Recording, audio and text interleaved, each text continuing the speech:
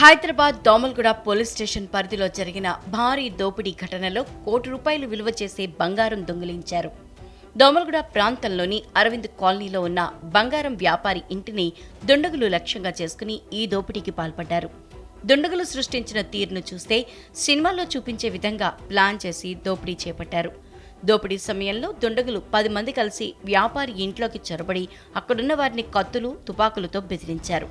వ్యాపారి రంజిత్, అతడి సోదరుడి కుటుంబ సభ్యులపై దాడి జరిగింది.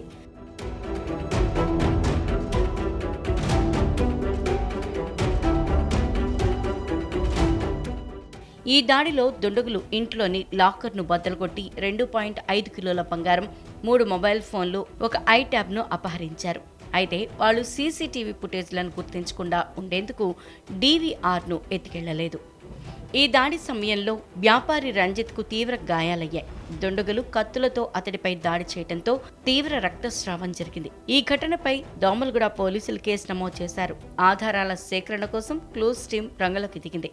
బాధిత కుటుంబ సభ్యుల నుంచి సమాచారం సేకరించి దుండగుల కోసం పోలీసులు ముమ్మరంగా గాలిస్తున్నారు.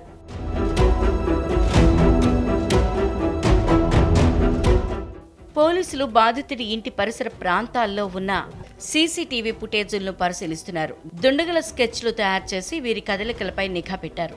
సంఘటనా స్థలంలో అందుబాటులో ఉన్న ఆధారాల్ని సేకరించి దర్యాప్తు వేగవంతం చేశారు. ఈ ఘటనతో వ్యాపారి కుటుంబం తీవ్ర భయాందోళనకు గురైంది. అయితే బాధితుడి ఇంట్లోకి దుండగులు చొరబట్టడంతో తెలిసిన వారే ఈ తరహా ప్లాన్ చేసి ఉంటారని పోలీసులు అనుమానిస్తున్నారు.